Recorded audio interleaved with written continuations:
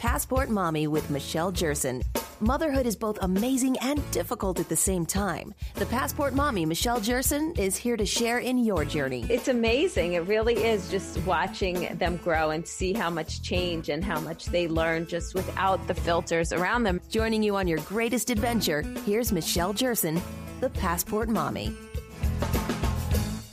Welcome to the show. I'm Michelle Jerson, the Passport Mommy. I hope you had another good rest of the week. You're staying sane, you're staying healthy.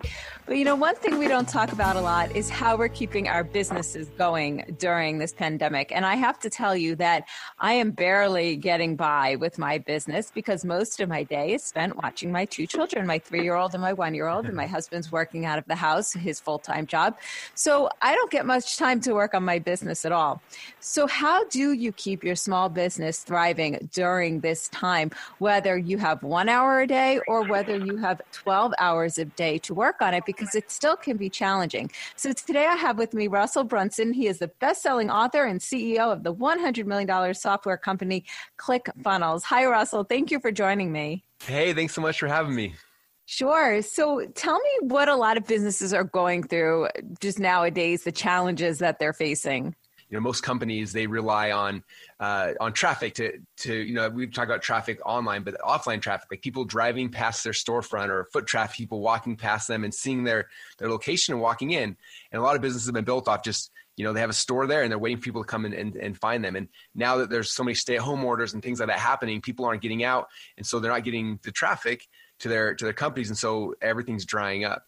And so the big shift and the big focus has been like, well, how do I get these customers online? How do I get traffic online? A lot of people have been nervous about making this transition, but they're finding it's actually a lot easier. Instead of running something like a TV ad that's shown to every single person in your local area, online you can run ads that are very specific and very targeted just to the exact people that you want to see your ads. And so it's a lot cheaper and a lot more efficient to start getting traffic and people coming into your store, even though they're not walking past your actual location. So what are some strategies on just understanding exactly who your ideal customer is so that you can focus in on where to do your advertising? A lot of people don't think about this. They just kind of like, okay, I'm going to put an ad out there and people in my local area are going to see it.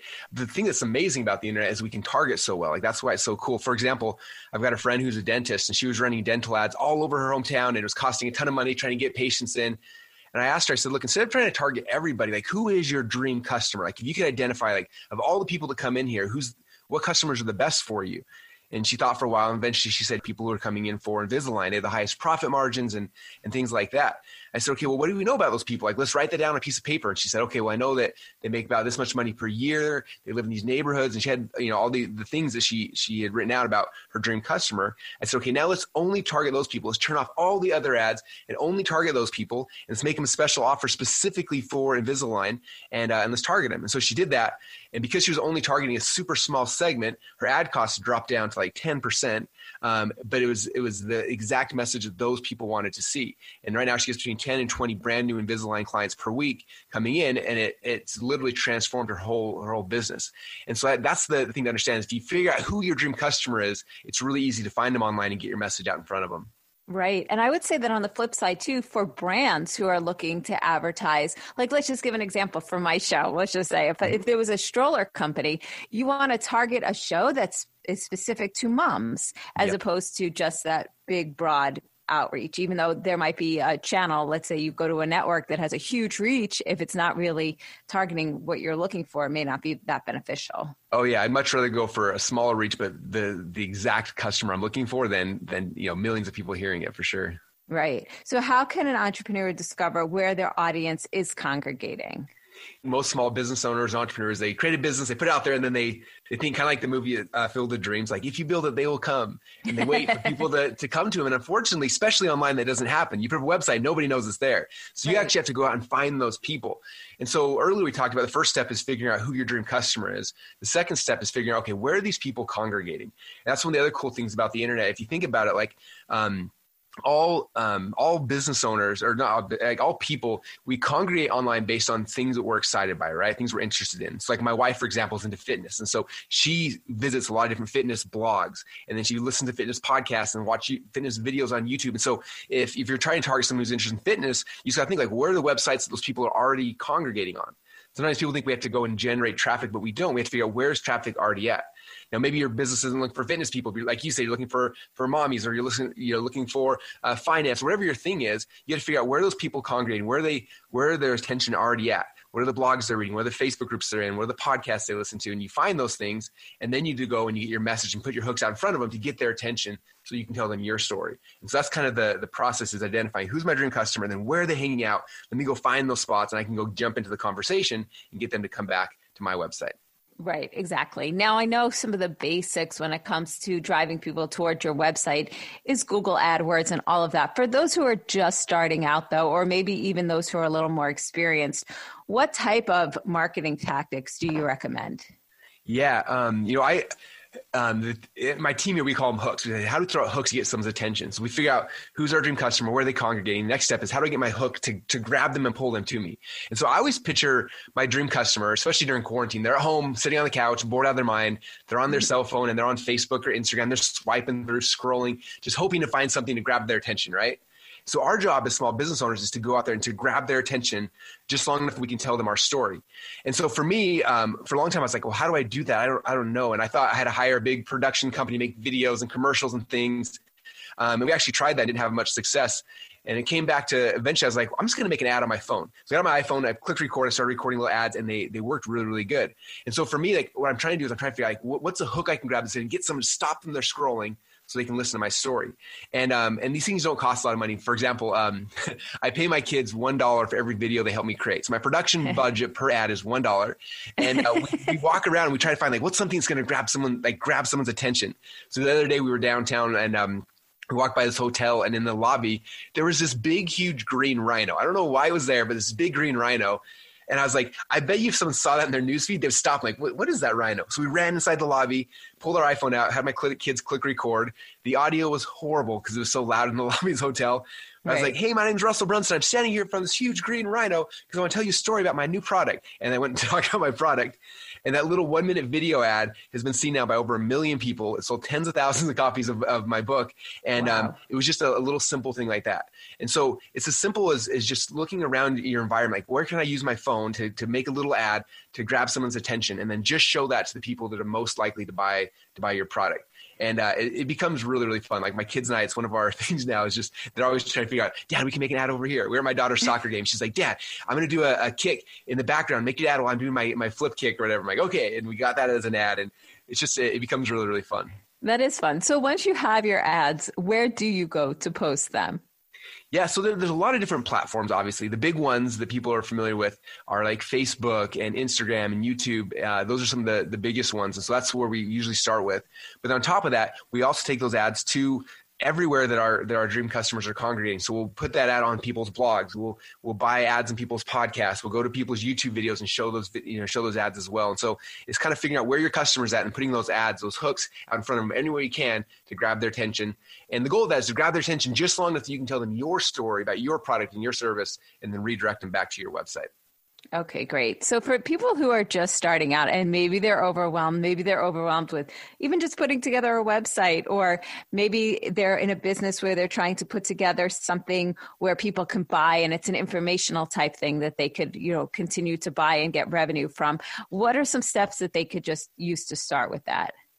Yeah, I think the easiest thing is to understand, like, you don't have to create something super complicated. I think a lot of times we try to create this perfect thing before we even get started. Whereas the reality is you can create a really simple landing page. It just collects somebody's email address. I've got one page. It just has a headline. It says, give me your email address for a free copy of this little PDF that I wrote. And it has a picture of it and then an opt-in box. And it took me like 5 minutes to create on ClickFunnels. And then, and so far we've had over 270,000 people who have put their email address in for that free PDF. And now I have their email addresses. I can email them and tell them about my new products and my services. And so, the entire web page for that business is just one page. It's really simple to make. And so it doesn't have to be super complicated. People a lot of times think they have to go and build this huge blog and all these things, and those things can come, but they don't have to start there. The starting basic was just like, how do I get someone's attention? How do I get their contact information so I can follow up with them, and then start there? That's perfect. Wow. Well, I'm very impressed by what you've done. You are the best-selling author and CEO of the software company ClickFunnels. You built a following of over 1 million entrepreneurs. You sold hundreds of thousands of copies of your book, and you just popularized the concept of sales funnels. Where can people go for more information? Yeah, well, the new book is called Traffic Secrets, and so it's just out right now. And obviously, people can go to Amazon and buy it, but because we're during the launch of it this week, I pre-bought a whole bunch of hardbound copies of it, and we're giving away for free to all of your listeners. They just have to cover the shipping and handling costs. But if they go to trafficsecretsbook.com, that's where they can go get a free copy of the brand new book, and we'll ship out a hardbound copy to them. What are some plans that you have for, say, this week? What are your goals that you set at the beginning of each week to get things done? One of the big goals is always is trying to create new ads because the ads, every time you have an ad, it works for a while. Sometimes they don't work. So my kids and I, since we're all quarantine and summer break, we're going to be going around and trying to make some fun video ads. That's kind of the first thing we were brainstorming ideas yesterday. So my kids are freezing one of my books in a big block of ice. We're going to try to make an ad with that. We're doing a bunch of other fun things. That's a big part of it. The second thing is just going out there and talking about my business, obviously, like being on your show and things like that. I think for most people, it's going out there and actively talking about your business, because when you do that, people can find you and come back and you can help them with the products and services you sell. Absolutely. Well, I look forward to checking out ClickFunnels as well as your new book. Thank you so much, Russell Brunson. I really appreciate you taking the time today. Enjoy the rest of your day, your week, and I'm going to check out your ads as well. I look forward to seeing that ice one. Awesome. Thanks so much for having me. You're welcome. I'm Michelle Jerson, the Passport Mommy.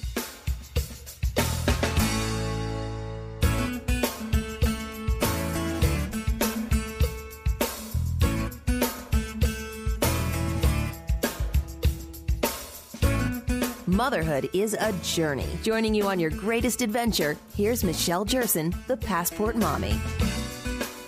So as you know, I love to travel, and obviously we have not been traveling for the last few months. And it's funny, I have a 1-year-old, and for months I kept saying, okay, we're going to travel, we're going to go. And then I had all these trips finally lined up to take place in March and April, and they all had to be postponed. So when is it going to be safe to travel again? What is travel going to look like? What kind of trips are you going to be taking as a parent, especially a parent to a young child or children?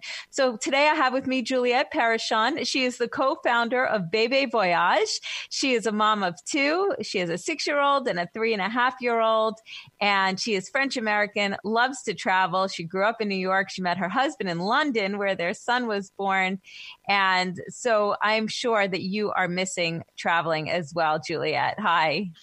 Hi, Michelle, and thank you so much for having me on the show today. I'm very grateful to be here. And yes, you're bringing up the topic of the moment in my community. So, I run a community of about 20,000 parents around the world. And, when coronavirus started, we started hearing about it in January.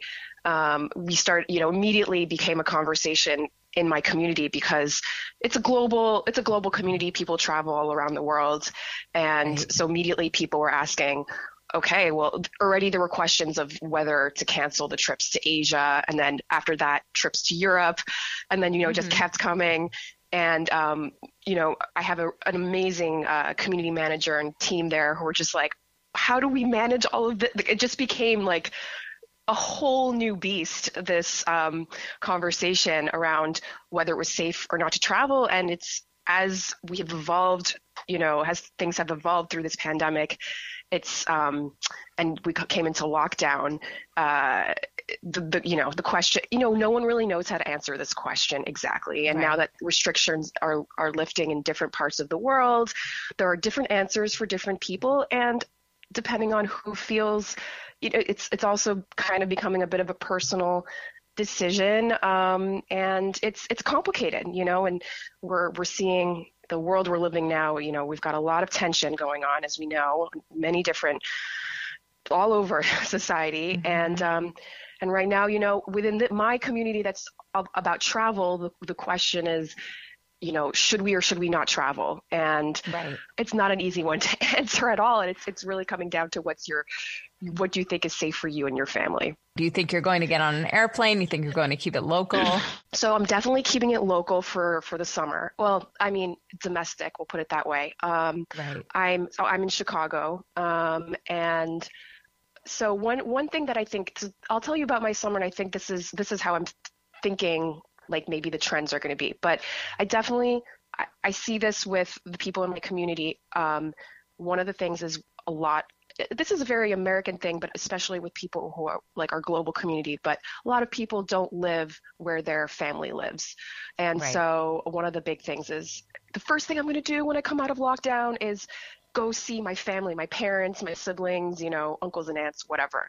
So what we're doing is with my parents and my siblings is we're going to do a road trip to Upper Peninsula, Michigan, which is very remote, very remote. Yeah. And I'm just really, after such a tense period, just like to go somewhere on a lake house and just veg out with family is exactly what I feel like I need. And of course, like we're going to do this as safely as possible. There's always going to be questions. And I know that there are always people who will be being critical of what's going on right now, but that's what we're doing. And then after that, so as you mentioned, I grew up in New York, and so I'm going to road trip back to New York with my kids, and we're going to spend the rest of the summer there in the suburbs of New York. So we're not going to be in just because, like, I'm at the point where I need my family support here with the kids. Yes, so with school being out for the last several months, and Yep. So that's what I'm doing. Very good. And it's funny that you said that, because my husband is from Michigan, and his brother was talking about taking a trip, I believe, to that same area that you're talking about. And I guess from where you are, it's a fairly easier road trip than, we're in Connecticut right now. Yeah. But that's what I was thinking, if we could drive somewhere and then rent a lake house or maybe a home in a vacation rental website, something like that, versus a hotel, I feel like that could be a safer option, because you're not worrying about being in that hotel with so many people. Oh, exactly. And I'm going to tell you something. I'm also, so I said I'm from the suburbs of New York, so not too far from where you are. And I think Michigan is one of those like hidden gems, of this, like a lot of people, people from the Midwest know, like people in Chicago know, but people from the East Coast, West Coast, they've got a lot of amazing things on their coasts, but Michigan is so stunning. I have never seen, I have, but like they're one of the beaches are so pristine, untouched, and especially we're going to a part of Michigan that I still haven't been to, which is the Upper Peninsula. So that's even more remote. And I think that's what's in order. I think like these more a return to nature, vacations, with family, like with more meaning behind it, like intentional. Holidays. I agree with you 100%. We're speaking with Juliette Parashon. She's with Bebe Voyage. And you know what, Juliette, coming up in the next segment, I want to talk about the road tripping idea, because you have young kids, and I want to get tips from you on how you road trip with them. Passport Mommy with Michelle Jerson.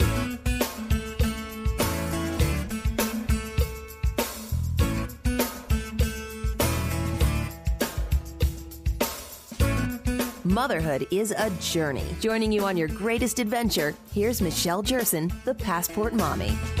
Speaking with Juliette Parashon. She is the co-founder of Bebe Voyage. It is a 20,000 person community of travelers, of parents who are traveling with their children. And you can imagine that during this time, everybody has questions. Everybody's wondering, when do I travel next? Where do I travel to? What are some tips to staying safe? So Juliette, thank you so much for joining me today. Thank you so much for having me. It's a pleasure. Sure. So before, we were talking about your thoughts that you're going to take your family on a road trip to Michigan, and then you're going to road trip it back to New York. You have a 6-year-old and a 3.5-year-old. How do you do it on a road trip? Wow, well, that is a very good question. And so I have, as you said, I have two kids, and they could not be more different from one another. My son, who is 6, he hates the car. I mean, like during this whole pandemic, one of the things that we did when we were in full lockdown was on Sundays we would get into the car and go for a little like mini local road trip just to get out of the house and breathe a little bit, you know? And it was actually one of the only ways that my daughter, my 3-year-old, would end up napping. Right, same. So, yeah, exactly. So it was like relaxing for the parents, put some music on and just kind of feel a bit of freedom, right? But, you know, after about 45, not even like half an hour, my son would be whining, like, well, let's go home. And that's just how he's always been. My son, ever since he was a baby, just never liked the car. But on the other hand, my daughter loves the cars. First of all, they're very different. So you got to see what kind of child you have. But even now my son is 6 and now he's a little boy. He can talk, he can express himself. He does not like road trips, but my daughter does. But I would say what we've done, because us parents, we love our road trips, so they're not going to end. Right. So, you know, we all really love music in my family. So finding a really good, soundtrack to listen to. We're trying to educate our kids more, like with great, you know, music, and then we, you know, listening to stories on the radio, because my kids are a little older now, you know, they're not babies, so they can really start listening and getting into that stuff. And I'm going to tell you, like, for this long road trip to go back to New York, which is going to be very long, and I think we're going to have to break it up. I haven't, to be honest, thought about all the details of it yet, but I think in that case, you know, we're going to resort to some iPad time as well, because that I do reserve those things for extreme travel situations. I have never done that long of a road trip, a 12-hour. How long is it going to take you? How many hours is that? Well, so from Chicago up to the Upper Peninsula, I think it's like 8 hours or something. So I think we're going to break it up into 2. Okay. But then I know that like Chicago to New York is like at least 12 hours, something like that. Oh. So that for sure. One thing I'm thinking about doing is just making it a night trip. So maybe just pulling an all-nighter with my husband and splitting it on the road. So that they can sleep. Yeah.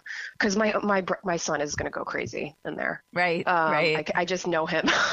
Yeah. No, that's really smart, because I was going to say it's also hard to stop at hotels now too, right? Where, you know, as far as stopping along the way. Well, exactly.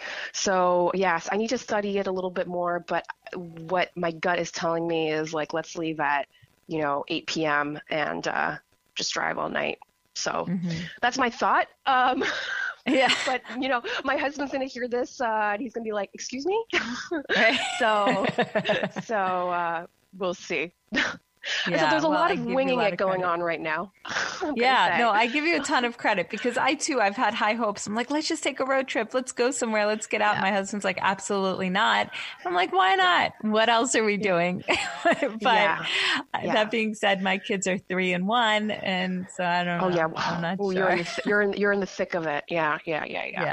They're still very little. Yeah. Right. So you also mentioned that you might be taking an international trip a few months from now, later on, maybe in the fall. Yes. So as you mentioned earlier, I'm French American and my husband's French. So like the majority of our family is in France. So this has been, especially between my husband and I, we have 4 grandparents who are still alive. And it's been really difficult because, you know, questions like, will we see them again? You know, you know, and they're in their 90s. So they're not exactly young. And we're very close to them. And the other thing is my sister was supposed to get married this summer in August in New York. So she's postponed that by a year. But what she was, and she's thinking about what she wants to do. So in France, you have civil weddings that, like a town hall wedding that you can do in addition to a religious wedding. Okay. So what she's thinking about doing is getting married in October in France. With my grandparents present there. So the idea, that's the plan. Yeah, the plan is to go I've got my little 3-year-old here who's right next to me. But yeah, I've Hi. She's like, when are we leaving? She sounds sweet. Yeah. Yes, she is very sweet. She's very chatty. But yeah, so we're thinking about going. Well, the plan is to go in October, and hopefully it will work. And then I have a lot of things to consider. Will my son be back in school at that point? Will he not? Well, I'll have to pull him out probably, and that will be. I mean, this whole lockdown pandemic is having a domino effect on everything. Right. In our personal lives and in the world, as we're seeing. Right. So hopefully, and then, I'm thinking, so if we're going to be in France in October, if we have to go, it's possible we'll get there and we'll have to go into lockdown mode for quarantine ourselves for 2 weeks. Mm-hmm. And then when we come back to the US, we'll have to quarantine ourselves again. So then I'm well, should we just maybe stay in France through Christmas maybe, since we have, and then maybe just homeschool our son there or find a school for me? I don't know. There's all these questions that are in my head, and it's so weird to be truly anything is possible. I know, which is nice. It's crazy in one respect, right? Yeah. Because it's just the whole world is different than we know it. But it's also, if we look at it, a nice opportunity to force ourselves to think outside the box. Because under normal circumstances, maybe you'd go away for a few days and come back. And here, maybe you do have that opportunity. Oh yeah, if we're normal circumstances, I'd be gone for a week max. I'd probably take at least a week because with the kids, but because of the school and everything, we'd be in and out. But this is different, and like you said, it's it's also an opportunity. There's something kind of freeing about we can do things differently maybe, and I think that's part of what this whole thing is teaching us is we can do things differently. And there are things of certain elements of this lockdown that are more freeing, the ability to work from wherever, So, for example, I'm going to be working from New York this summer as opposed to being here in Chicago because I can do it from anywhere. So right, exactly, which is the beauty of having a business like you have, which we should talk about more also. Right. Well, so I run Bébé Voyage and I also teach French. So I love that I can do this from anywhere. So it works very well with my travel lifestyle. Exactly. So for those who are not familiar with Bébé Voyage, tell me a little bit about the site, about the community, and how we can get involved. Absolutely. Well, Bébé Voyage started 5 years ago. My co-founder and I, Marianne, she and I have known each other actually for years. I mean, I like to call her my cousin because our family relationship goes back several generations. And she is like me. She's international. She's French American, grew up in New York. And she's married to a Swedish diplomat and lives in Argentina at the moment. So super international. Yes. And we are my 6-year-old son and her son are the same age, so we had babies around the same time, and she was like, hey, would you be interested in co-writing a book with me about traveling with baby?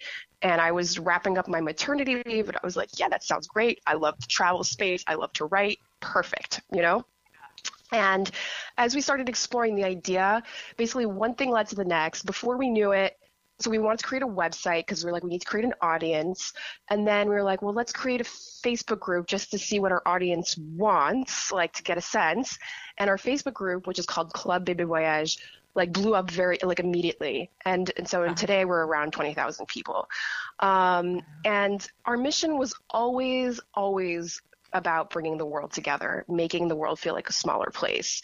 So that, Mary and I grew up between cultures. And so it's kind of if everyone could grow up with this kind of sense that no matter where you're from, that we can connect with people all around the world and then have our kids get to know each other, that would really change the way the world is. So yes. Our goal is world peace. We're ambitious, right.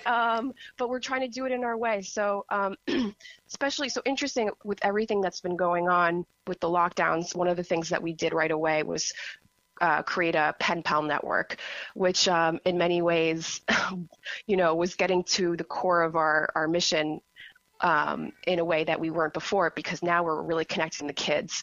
But it's been very, very exciting. And currently we are working on redoing our website, our platform, so that we can heighten the community experience on our website.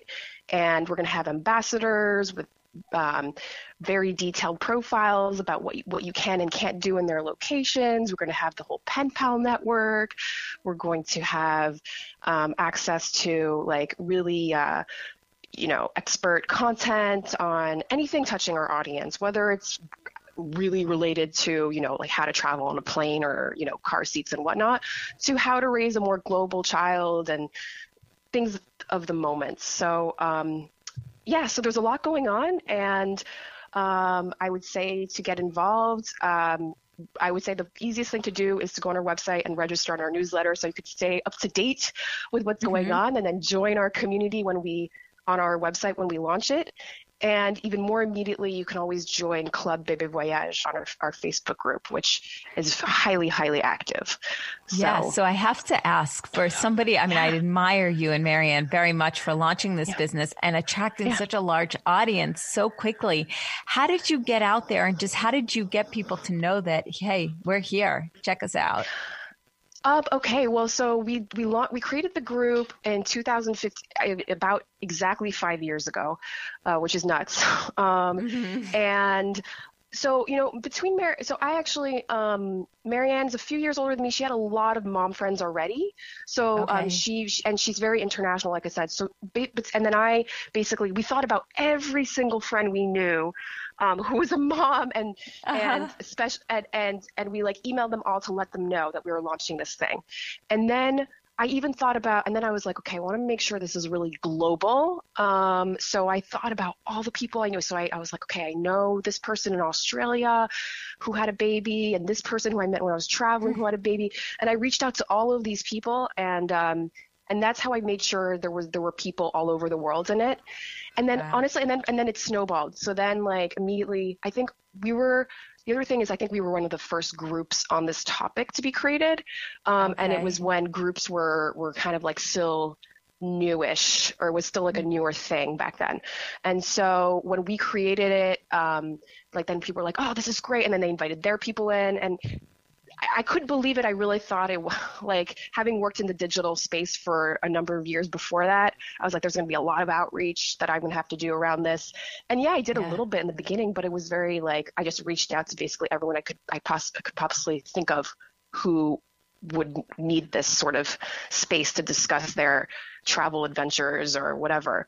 And clearly there was a need for it. I think that was the thing. We're like, oh yes, we're onto something. There's a need here, Right. So.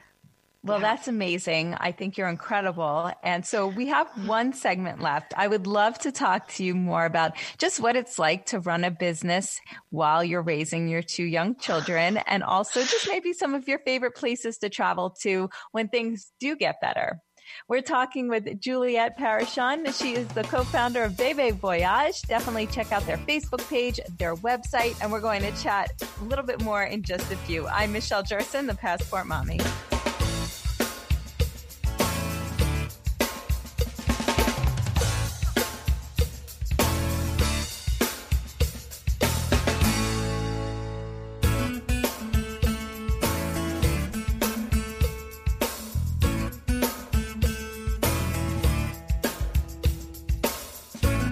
Motherhood is a journey. Joining you on your greatest adventure, here's Michelle Jerson, the Passport Mommy. I'm Michelle Jerson, and we're speaking with Juliette Parachon. She is the co-founder of Bébé Voyage. It's a wonderful Facebook community website. Check it out if you are looking for tips on traveling with kids and you just want your children to meet other children from around the world. What a great platform to do so. Hi, Juliette. Hi, Michelle. Thank you so much for having me. Sure. So we were talking before the break about how you built this incredible business just 5 years ago when you had a 1-year-old. And I give you a ton of credit. And now that you have a 6 and a 3.5-year-old, I'd love to know how you're doing with the work-life balance, especially now with kids home. I feel like I was just starting to master it right before the lockdown, and then the lockdown happened. I was like, oh, well, great. Yeah. Because my son now is in kindergarten, and my daughter was in preschool 3 days a week. So I was finally getting a good balance there because they were old enough to be in school. But yeah, now that they're home, as you mentioned, it's been really tricky. But yeah, as you know, as a mom, like our job is never done.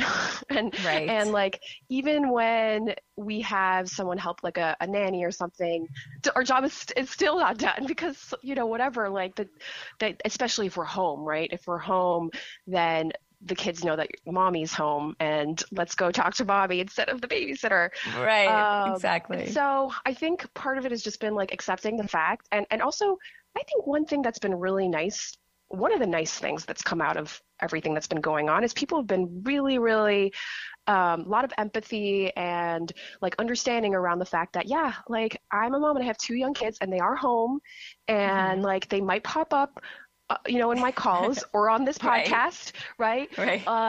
Or like I mentioned, I also teach French remotely. Sometimes my daughter, who likes to be involved with everything, comes in and says hi to my students on Zoom, and like people seem to like, people are okay with it, and they even think it's cute. And I just think there's got to be there has become like a lot of understanding around the situation.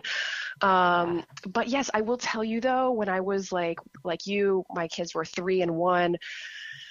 It was a constant balancing act, and I was constantly like switching. Okay, like I would have a daycare situation that would last several months. But then I don't know, for whatever reason, I'd have to switch it. And I was constantly having to adapt my schedule around. Yep. That's what I feel like. And I feel like it's so hard. I mean, I'm like balancing a phone call, trying to get an email out. And I feel so guilty sometimes because I want to give my kids 100%, but at the same time, I need to keep things afloat, let alone make them thrive. Oh, totally. I know. And I'm incredibly grateful. I have an incredible team of moms who are behind Bébé Voyage. It's not just Marianne, my co-founder, and me. You can hear them in the background. I'm going to close the door. It's not just us. We have an incredible team of moms who pour their heart and energy into Bébé Voyage, and they're all in the same boat. Especially now with the pandemic, they've got their kids around. And it's just, I think also the thing, and like, it sounds like you're very passionate about what you do too. And I think that is the key here, is like super passionate about what I do. And it's, for the most part, fun. I mean, obviously there's always some stuff that's not fun, but for the most part, it's very fun. And so I could take a call with one of my team members while my kids are running around because I'm so passionate about what I'm doing. I could talk to them and kind of like multitask.